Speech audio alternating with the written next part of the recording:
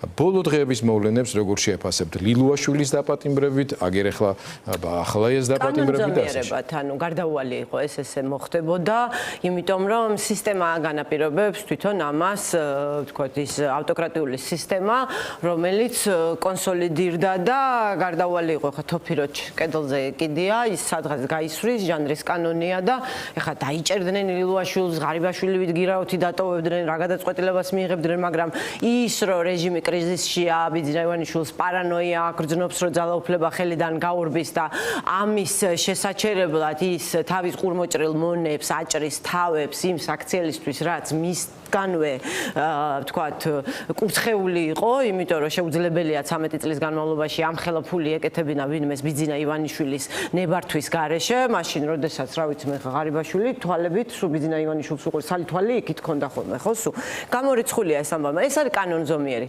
ეხლა თვითონ გასულ წელიწადს რაც შეეხება კონტრასტებით ახსავსე წელი იყო, ყველაფერი ვნახეთ, თავდადებაც, ღალატით, ტერორით, ყველაფერი საერთოდ, რაც კი შეიძლებოდა ვთქვათ, აი პოლიტიკურ ცხოვრებაში რა კონტრასტით შეიძლება. ენახა და კიდე ერთი კონტრასტი, რაც ახასიათებს აი ჩვენ მდგომარეობას, არის მდგომარეობა არის ძალიან რთული, მაგრამ სურათი და არჩევანი არის ძალიან მარტივი.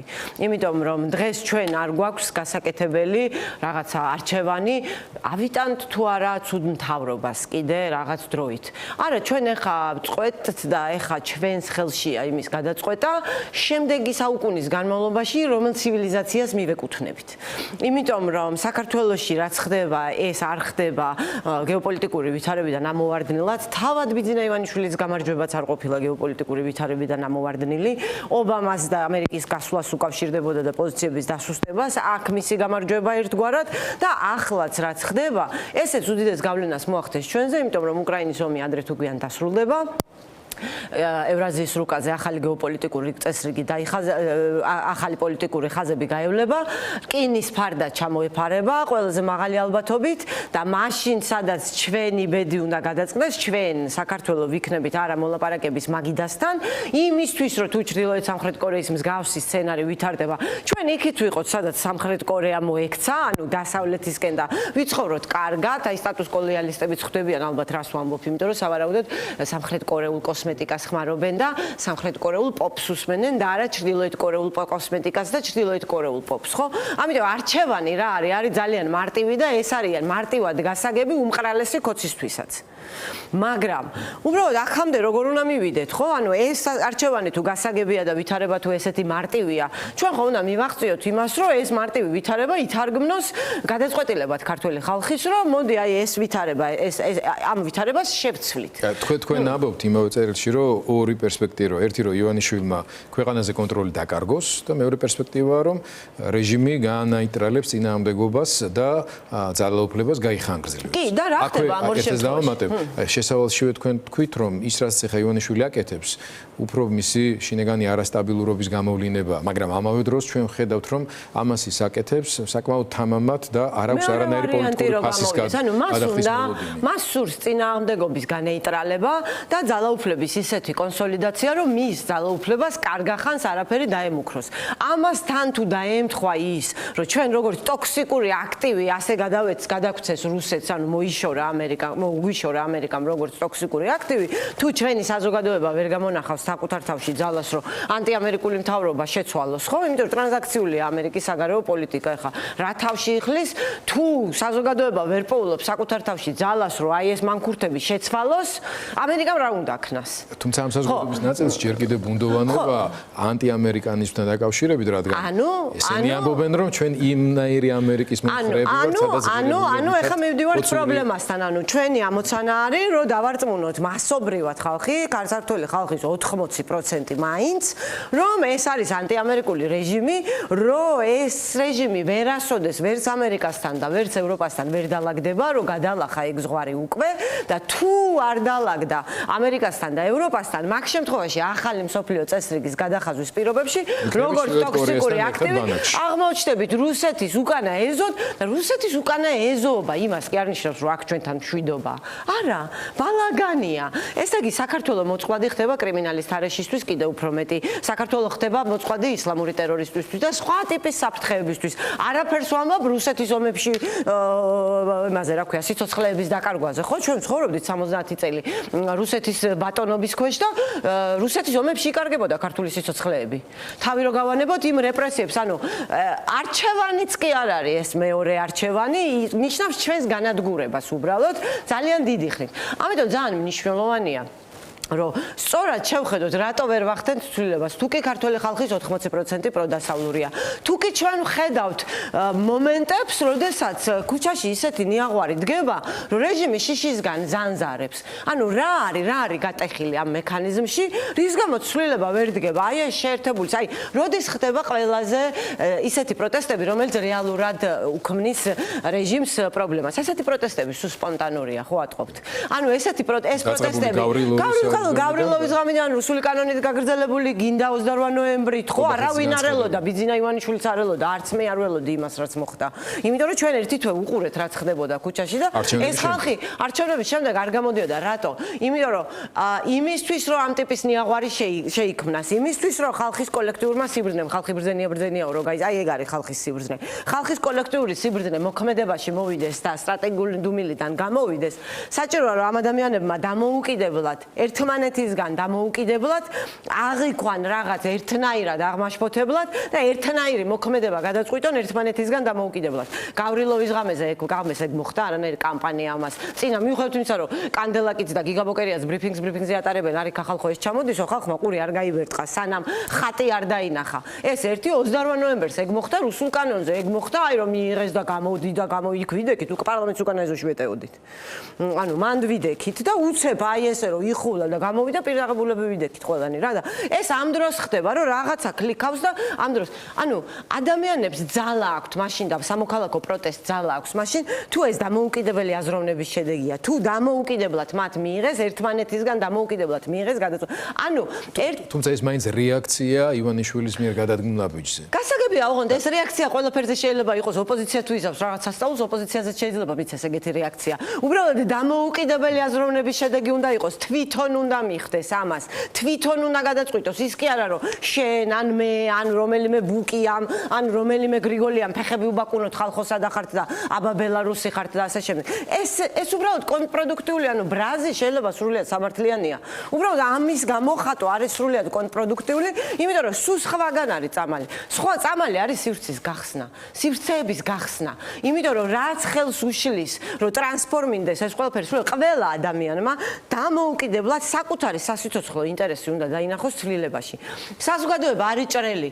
ჩვენ გვჭირდება 1.5 მილიონი უპირატ ანუ 1.5 მილიონი კაცი მაინც უნდა იყოს ჩვენ მხარეს იმისთვის რომ დავეტაკოთ და წავაქციოთ რეჟიმი, რომელმაც რაც დრო გავიდა კიდევ უფრო გაიდგა ფესვები, ინსტიტუტები მიიტაცა, ხო? ანუ რეალურად რეჟიმი ის არის. და კიდევ უფრო გაზარდა ფასი პროტესტში მონაწილეობა. ხო, ეს ცალკე თემა არის. ამაშია ყოვნა ადამიანების მნიშვნელოვანი რაოდენობა. მაგასაც რო კი აი შენ რო იძახი რომ ხალხი ბრძენია, აი სად არის ახლა, ხო? აი ესეთი სიტუაცია და სად არის ეს ბრძენი ხალხი. დამოუკიდებელი იმპულსების ერთობლიობაა ხალხო, აი ეს ამ ტიპის პროტესტები. ამისთვის არის საჭირო აქეთ ამხარეს სრული დემოკრატიზაცია და სპექტრის დემოკრატიული გადატვირთვა, რომ ყველას თავისი ესმოდეს ყურში. ის რაც თვითონ უნდა. ამას გარდა ძალიან მნიშვნელოვანია, რომ შემოტრიალდეს სპექტრი და ფოკუსირდეს იმაზე, რაც ხალხს აწუხებს.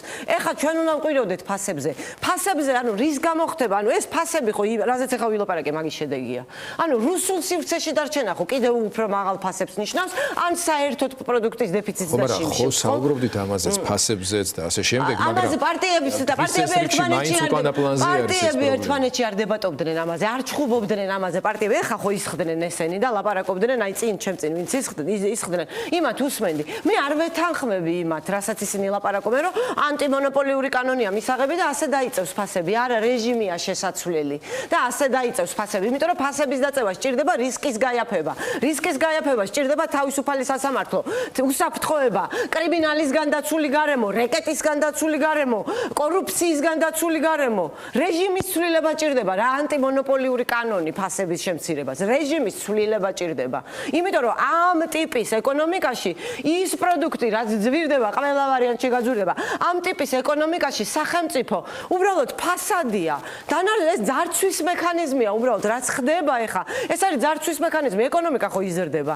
რიცხვებს ხო აქვეყნებენ. ეს რაც იზრდება, ილექება 1000 კაცის ჯიბეში და ჩვენ ამას ვხედავთ. ოცნება თვითონ გვაჩვენებს ამ ყველაფერს, როდესაც აი ესე პარანოია შეყრილი ივანიშვილი თავის ყურმოჭრილ მონებს თავებს აჭრის და თან არ ცხვენს. 7 მილიონ ნახევარ საბავშვო ბაღებს დარცვავდა. ანუ ეგ არის საკადრო პოლიტიკა ბიზნესი. ანუ გახარია ქვეყნის ამომდგენლები ყოფილა, მიწები დათმო, თვალები დათხარა, აწამა, იმას აქ რა ქვია. იქ ღარიბაშვილი კორუმპირებული ყოფილა, 7 მილიონით გაძარცვა. ლილუაშვილი ჯუან შერბურჭულაძე და მენეჯმენტი არის ჩემი კანიოკიო და ის კაცი იზახთა და მენეჯმენტი თუ მისი კანიოკია საკადრო პოლიტიკას რამე ნაშვილები ყავს. ანუ ეს რა არის? ანუ ვიზე ამბობს ეს, ცუც ვიზე ამბობს. ბიძინა ივანიშვილის იმაზე ნაკლზე მეტყველებს, ხო ესე იგი? ხო deep state-ს ბრალდება ეს დანიშნები და საკადრო პოლიტიკის რაღაცა ნაწილი. და ქართულ თანამშრომლებზე ეს ვეღარ ვრცელდება, იმიტომ რომ მისი კომანდა იყო. ეს ხო გავიგე ხა ეს გახარიაზე რაღაცა მოიგონა, იმიტომ რომ იცოდა რომ რადგან ხა გახარია ქვებს არის სვრის და ღარიბაშვილი და კობახიძე არ არის უცხოელები უფრო იმითი უყურებდნენ, რა ქვია რომ ეგება ამან სიგიჟეები ისეთი არ გითხრას როგორც დანარჩენი ორი გვეუბნება და ამან განაპირობა უბრალოდ ეს ყველაფერი რაღაცა deep state-ზე ბოდვები და ასე შემდეგ, ხო? მაგრამ თავარი ის არის რომ ძალიან დიდი ანუ ოპტიმიზმს რა მაძლევს და რატომ გონია 26 წელი რომ გარდამტეხი წელი შეიძლება აღმოჩნდეს, იმიტომ რომ დაკვეთა, ანუ აი ამ შეერთებული სიბრძნისგან რაც ხშირად ვხედავთ ჩვენ თბილისის ქუჩებში ხალხის, იქნება ეს გავრილოვის ღამე, იქნება ეს რუსული კანონის შესახებ აქციები, სტიქიური აქციები, იქნება ეს 28 ნოემბრის და შემდეგ დეკემბრის სტიქიური პროცესი, ხო? უკვალოდ მაინც არ მიდის და კრეატიულ უმცირესობას ტოვებს, ელიტას ტოვებს ერთგვარს. ანუ ელიტას ცვლის და დაკვეთას აჩენს ახალ ელიტაზე და აი ეს კრეატიული უმცირესობა, რომელიც სრულიად ერთმანეთისგან ჭრელი ხალხით შედგება, რომლიდანაც ნაწილი ერთმანეთს საერთოდ ვერ და რამდენი ახლა იმ პროტესტში მე რო ვერ მიტანს, ხო? მაგრამ ნუ უწევს შეგუება, იმიტომ რომ მე იქ ჩემი ხალხით ვდგევარ და ჩემი წილი მაქვს, ხო? იქ ვინც დგას და ანუ ჩემი წვლილი მაქვს იმ ყველაფერში და ამიტომ ხარ ასიზავს, ხო? მაგრამ სამაგეროდ დამოუკიდებელი ენერგიები იქმნება. და აი ეს ამ კრეატიულ უმცირესობას რაც ამისგან შეიქმნა, აძლევს იმის ძალას, რომ დაკვეთა გაუკეთოს პოლიტიკურ პარტიებს.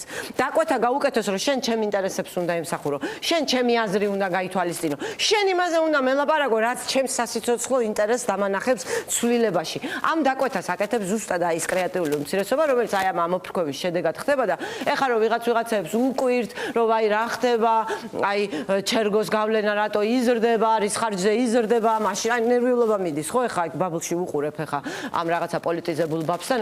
ეს ყველაფერი არის პროტესტის დაკვეთა, იმ ხალხის შეერთებული სიბრძნის დაკვეთა, რომ დემოკრატიული ძალები გაძლიერდნენ და ავტოკრატიები ჩაირეცხონ. ეს არის ეს მხოლოდ ესე მოხდება ცვლილება. ეს არის კარგი ამ ავტოკრატიებისთვისაც, ამ კუპრაძისთვისაც კარგია. იმიტომ რომ ეგება და მის სიტყვას რამე ძალა მიეცეს საერთოდ და ყველაფერი მამუკაზე არ იყოს. შენ აქ ბოკუჩავა ყავდა და ლაპარაკობდა თვითონ დაუდია, მაკონსოლიდირებელი როლი უნდა ითამაშოს ყველამ. ვინმე მკითხა თვითონ რატომ ვერ ითამაშა მაკონსოლიდირებელი როლი რვიანის პროცესში. რატო ვერ ითამაშა მაკონსოლიდირებელი როლი და რატო ვერ შეძლო თავისი პარტიის გაკონტროლება მაშინ, როდესაც დიდებულ აქციებს რომ მართავდით და თვითონ ნაცები რვიანში შემოსული რაცები, სანიკიძე, ფავლენიშვილი, ბარამიძე, დითი რამბებად რო იღვრებოდნენ ჩვენი საერთო პროექტის, რატო ვერ ახერხებდა იმას, რომ თავმჯდომარე ხოა, გაეჩერებინა პარტიის ის ფლანგი, რომელიც ჩვენ წიხლებს გვირტყავდა, გვაბრალებდა რომ ვიღაცა მიშა გავაქრეთ, ანუ რატო მოინდომა მაგალითად ის რომ რატო ვერ დაძლია 4 ოქტომბერი? ხო წინააღმდეგი იყო ამ ყველაფრის, ხო პარტიის თავმჯდომარეა. იმიტომ ხო არა თამარო შეიძლება გრძნობდა შედარებით უფრო პასიური პოზიციის დაკავება მოუწია, თუმცა რაღაც მომენტში ის კრიტიკულიც იყო, ბრიფინგი ჩაატარა. ჯოგურა დამოქმედდა და შეეშინდა. იმიტომ რომ ავტოკრატიულია ოპოზიცია და იმიტომ რომ დაიბლოკა ყველა აზრი, რომელიც 4 ოქტომბერს ეჭვის თვალით უყურებდა. ეთერებში დაიბლოკა, არ ვყოფილ ვარ მთელი კამპანიის დროს. ამ ეთერში მე არ ვყოფ. რატო შეიძლება რომ ფორმულას არ მოსდომებოდა ჩემნაირი აქტიური გენერატორების წვეტიანი აზრები ამის ეთერში მხოლოდ დაბალი რეიტინგი მაქვს ხა? თუმცა ფედერალისტების ნაკლებობა არ იყო არც მაშინ. რა მნიშვნელობა აქვს? ფედერალისტების მიღმაც ჟურნალისტების მხრიდანაც აი ეს ხალხი რომლებიც ეხეში არიან. გიორგი ამაზე. ფაქტი ძალიან დიდი დრო იმისთვის რომ თავი იმართო. გათქმევდა სამართლებელი არა. ხო და ამიტომ მე მომეცი ხო იმიტომ რომ ძალიან შეიძლება ახალ ყოველ მესამე ახალ მთავრობაზე მზივარ აქვს. ამიტომ მაცალე მომეცი შესაძლებლობა რომ ჩემს აუდიტორიას ველაპარაკო. გაიგე მესმის რომ ცოტა ისეთ მოედანზე გადავდივარ რაც ჩემს ხერხულობას გიქნის. პრობლემა არ არის უბრალოდ ერთ რამეს ვთქვი. იმ აქციების ხელმძღვანელი პირები რომლებიც ცალ-ცალკე იყვნენ ჩემი სტუმრები ყველა მათგანთან ეს კრიტიკული კითხვა რა მნიშვნელობა მე დებატების შესაძლებლობა რატო არ მომეცი პატა ბურჭულაძესთან დებატების შესაძლებლობა მე ან მოკერ რატო არ მომეცი რატო არ დაგვსვი ერთად ვინც მომხრეები ვიყავით და ჩვენ ხო უფრო ძლიერი არგუმენტები გქონდა რატო არ ჩანდა ჩვენი არგუმენტები ამდენი ხალხი ხო დაჭერას გადარჩებოდა ამდენი ხალხი ვისთან დებატეს ვისთან შევიდნენ გიგაბოკერიასთან შევიდნენ დებატებში. გიგაბოკერია და პატა ბურჭულაძე დებატებში და პატამ თქვა უარი, ეხლა შეიძლება გუიყურებდეს. ანუ პატა უარს ამბობდა დებატებზე? პატაც და სხვა ლიდერებიც თავის პოლიტიკურ დღესასწაულს მიყვებოდნენ ამ შემთხვევაში და არ ქონდათ სურვილი თქვენთან დებატების ამ შემთხვევაში. რადგან გაზდით რომ მათ აქვთ შესაძლებლობა რომ კონდეთ მე ზოგადად ნებისმიერი პოლიტიკური ინიციატივის მიმართ კრიტიკული აზრის მომხრე ვარ და დებატებისას. მე ველაპარაკები ახლა ჩემს აუდიტორიას. მე შენ არ გელაპარაკები, შენი ხმისთვის არ ვიბრძვი და არ ვიბრძვი იმისთვის რომ პრობლემა. ამიტომ მოგიწვიეთ რომ მე ვიბრძვი იმისთვის რომ ჩემს აუდიტორიას და პოტენციურ აუდიტორიას გავაგებინო სიმართლე. თუ ტელევიზიები არ გაიხსნება, ან უბრალოდ სხვა მედიები არ გაჩნდება ტელევიზიებს, ანუ პოლიტიკურ დღის წესრიგს დღეს ადგენს ტელემედია. ან უნდა ეს უნარი წავართვათ ტელემედიას, ან ტელემედია უნდა გარდაიქმნას იმისთვის, რომ ტელემედია მისცეს შესაძლებლობა ადამიანებს რომ მოისმინონ იმ კითხვებზე პასუხები, მოусმინონ დებატებს, მოусმინონ შეაფასონ ვისი არგუმენტი უფრო ძლიერია. გასაგებია და დებატების მონაწილეები თავს უფლებას აძლევენ რომ უარი თქვან დებატებზე, იმიტომ რომ ავტოკრატიულ სისტემაში მოღვაწეობენ, იმიტომ რომ იციან რომ კუპრაძე მიცის რომ ხაზარაძე ეთერს უყიდის და ეთერში რატო დაჯდება. დებატებზე რატო დაჯდება.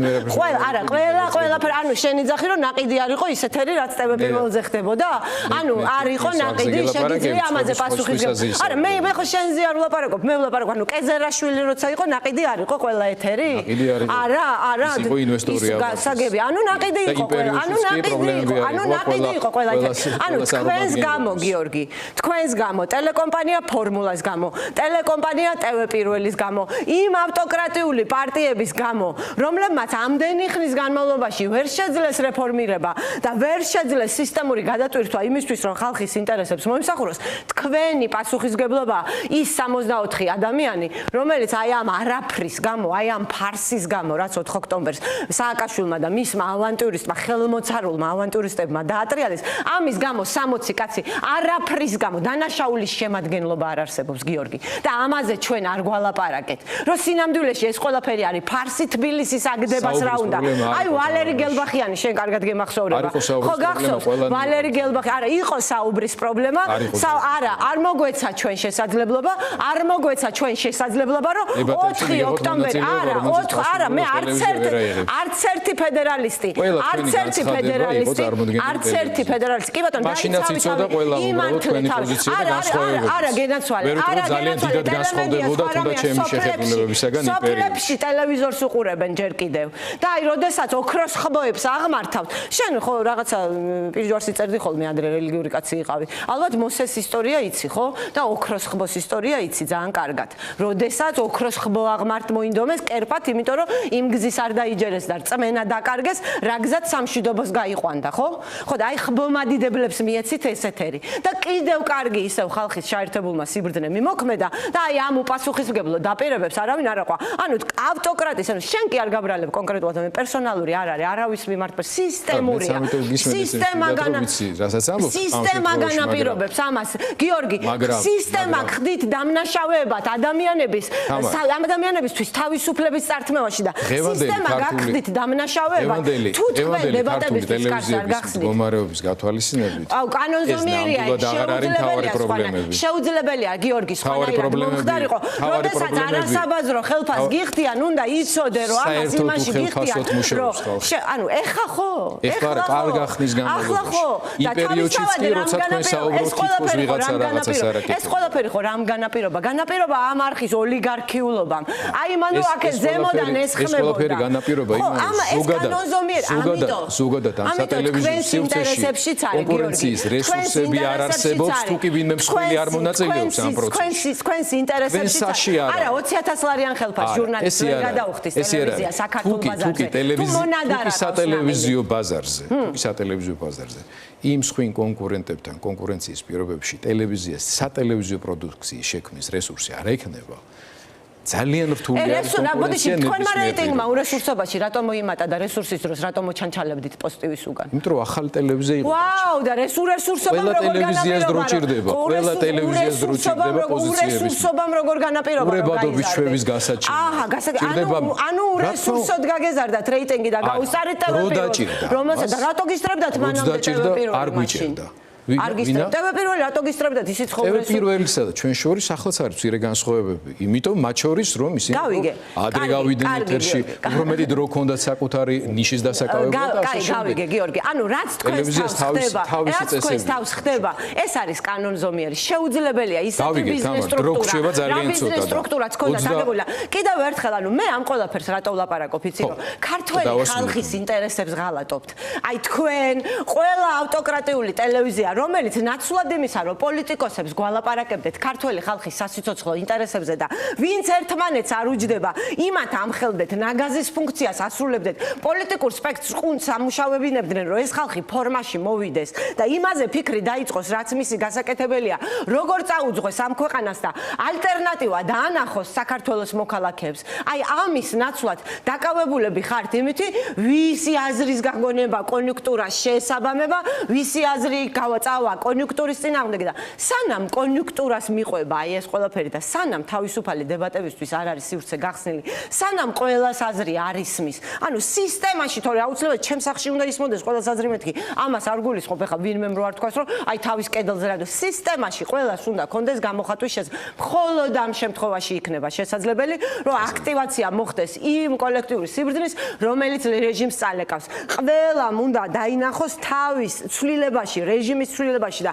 ახალი მთავრობის მოსვლაში თავისი სასიცოცხლო ინტერესი და ეს მოხდება მხოლოდ მაშინ თუ ყველასთვის ღია იქნება დებატების სივრცე და ვინც უარს იძახის იმაზე რომ ხალხისთვის სასიცოცხლო პრობლემებზე თავის კონკურენტებთან დისკუსიაში შევიდეს და თავისი სიმართლე ამტკიცოს ის უნდა ისევ მედიამს სინათლეზე გამოიყვანოს როგორც ადამიანი რომელიც მოქალაქეების სასიცოცხლო პრობლემებზე ლაპარაკს გაურბის მაშინ შეასრულებს მედია თავის საქმეს ეს იქნება ისი ანუ ყველაფერი ფასების ზრდა ეხა ეს რა ქვია გთხოვთ კრიმინალის თარეში ის რაც ხდება ქვეყანაში ის რომ რეჟიმის შესაძლებლობას აძლევს რომ ქიმიურად დაგწამლოს ყველაფერი არის ავტოკრატიის ბრალი ყველაფერი არის ავტოკრატიული სისტემის ბრალი და ავტოკრატიული სისტემა არ არის მარტო ბიძინა ავტოკრატიული სისტემის ელემენტები არის ოპოზიციაშიც და ეს არის ბიძინას მოკავშირე იმიტომ რომ ავტოკრატია ხუფავს მთლიანად ველს და ადამიანები რჩებიან თამაშგარე